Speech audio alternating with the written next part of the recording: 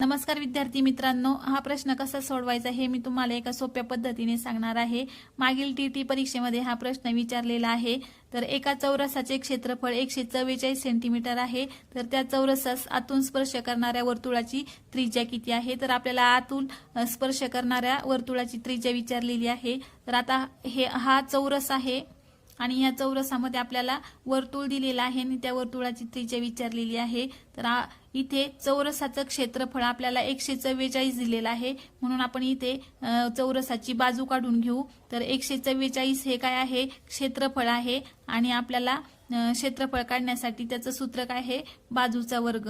जर आता इथे आपण हा वर्ग कॅन्सल केला आणि तर ह्याचं वर्गमूळ काढलं, 144चं वर्गमूळ किती येते? तर 12 येते। म्हणजेच आपल्याला चौरसाची 12 ही बाजू मिळाली। म्हणजे आता इथे आपण जर वर्तुळाच्या केंद्रबिंदूतून एक रेषा ओढली, ही रेषा सुद्धा 12 सेंटीमीटरची असणार आहे। तर ही जी रेषा आहे या रेषेला आपण काय म्हणतो? व्यास म्हणतो।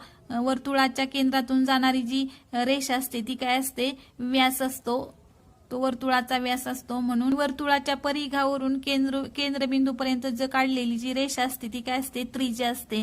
म्हणून आपल्याला इथे जर आपल्या त्रिज्या काढायची असेल तर आपल्याला इथं व्यास किती दिलेला आहे? 12 दिलेला आहे। आणि जर त्रिज्या काढायची असेल तर व्यास भागिले 2 या प्रकारचं सूत्र आहे। म्हणून आपल्याला इथे 12 काय आहे? व्यास आहे आणि याला 2 ने भाग द्यायचा, म्हणजेच त्रिज्या किती येणार आहे? 6 सेंटीमीटर।